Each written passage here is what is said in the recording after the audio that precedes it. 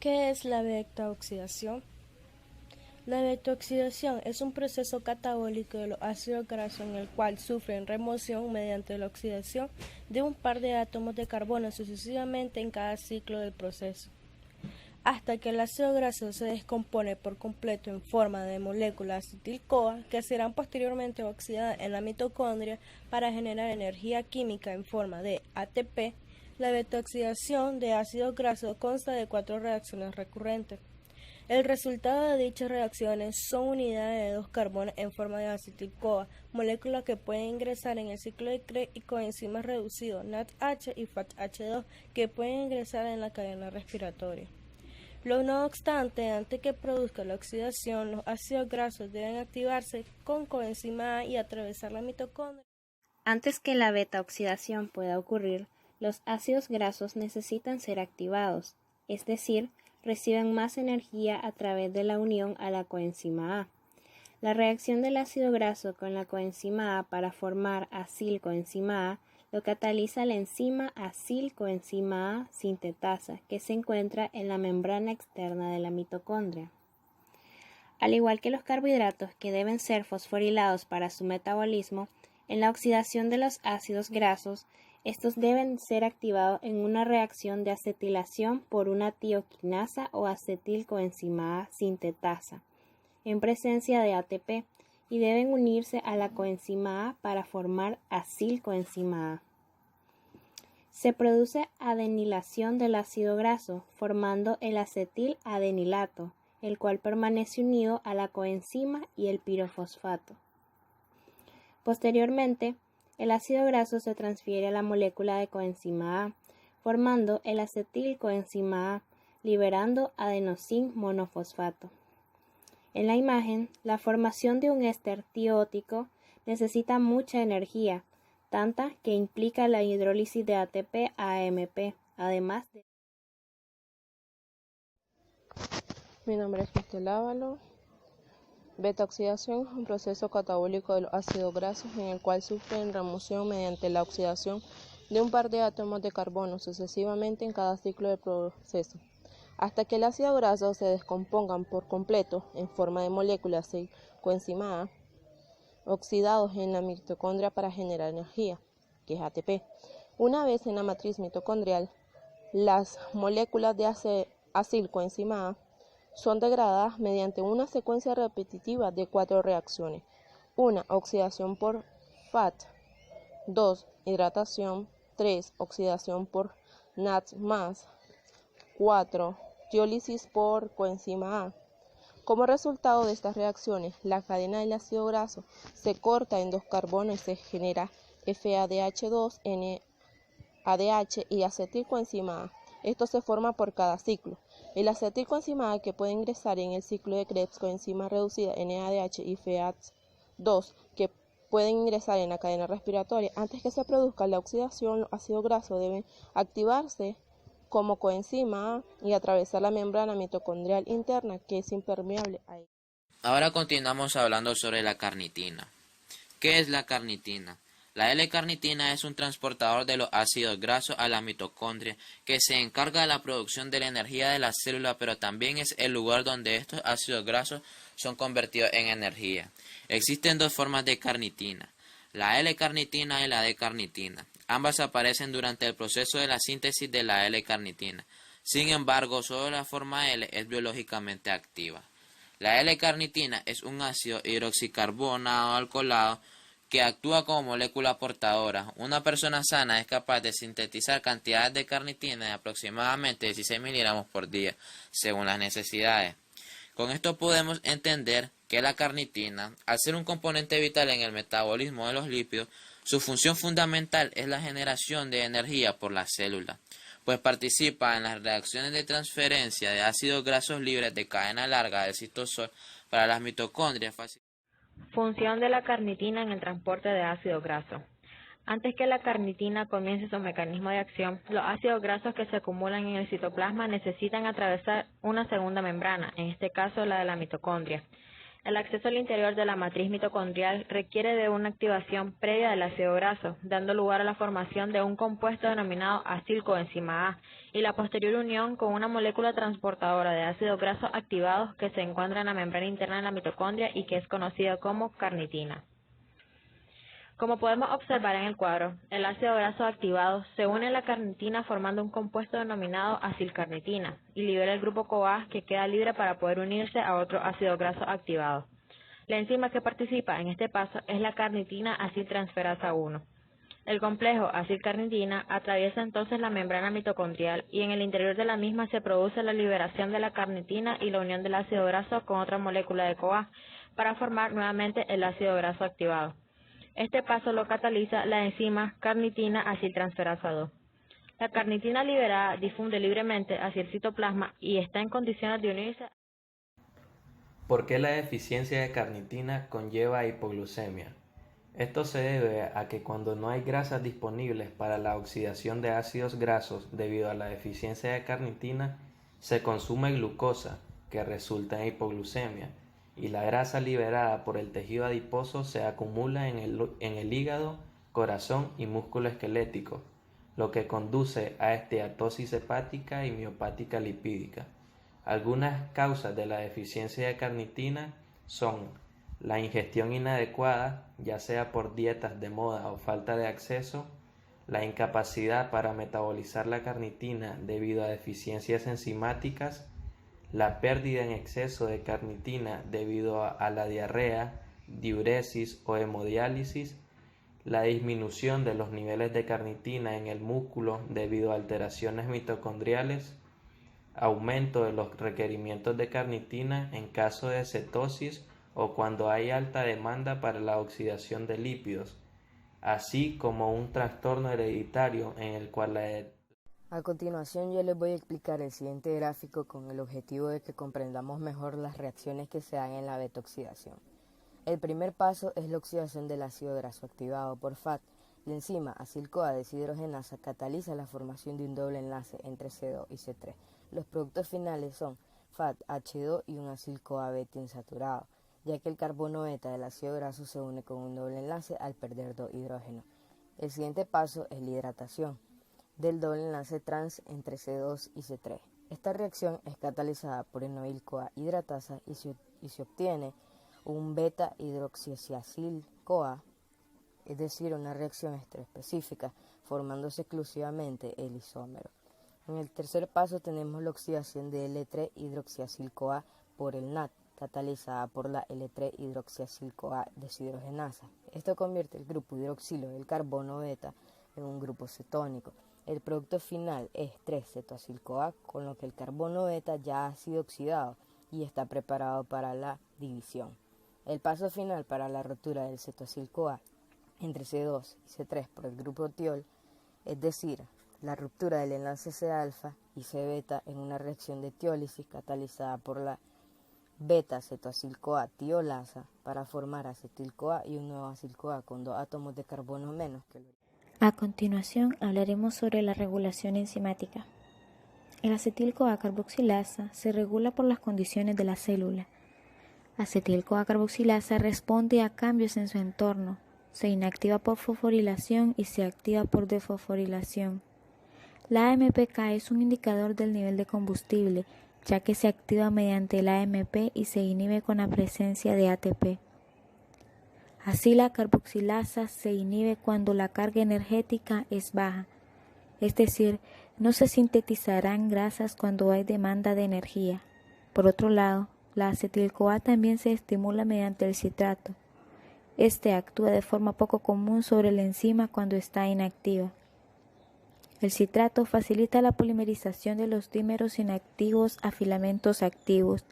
La concentración de citrato será elevada cuando las concentraciones de acetil-CoA y ATP sean elevadas, ya que esto indica que hay energía y materia prima para la síntesis de ácidos grasos. Por su parte, el palmitil-CoA contrarresta el efecto estimulador del citrato sobre la acetil-CoA carboxilasa, que abunda cuando hay exceso de ácidos grasos. La acetil-CoA carboxilasa también desempeña un papel en la regulación de la degradación de los ácidos grasos.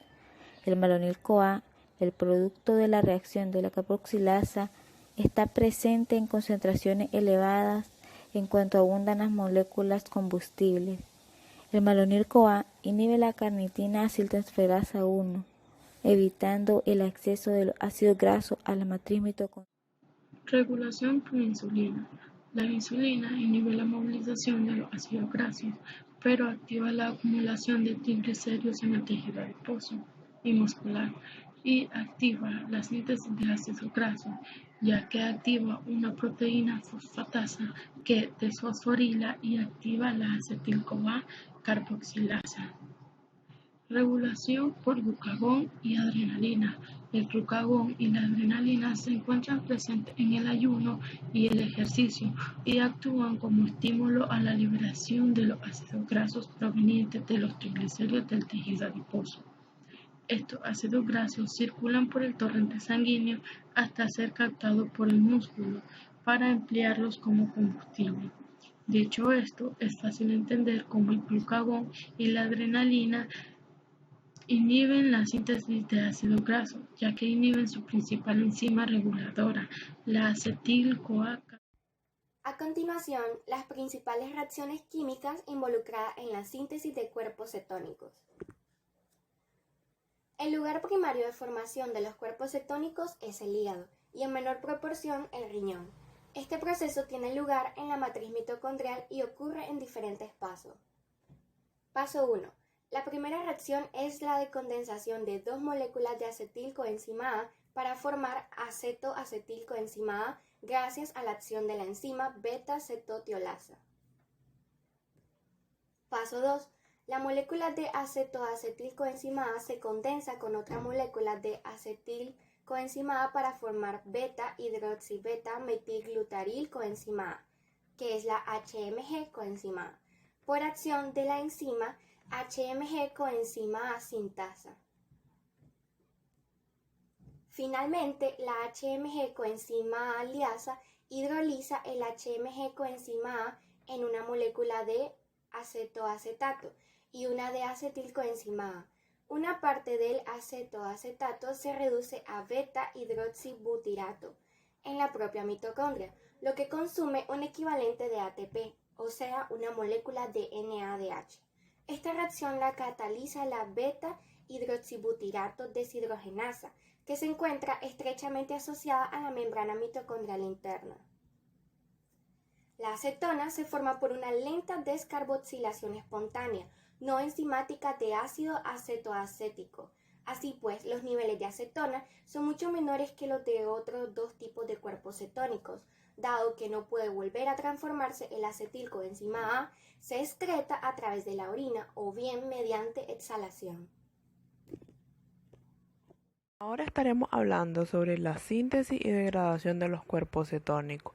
La cetogénesis es la síntesis de cuerpos cetónicos a partir de acetilcoenzima A, la cual ocurre principalmente en el hígado a nivel de las mitocondrias. Y la degradación de los cuerpos cetónicos, que es un proceso llamado cetólisis, ocurre en las mitocondrias de células de tejido extrahepáticas.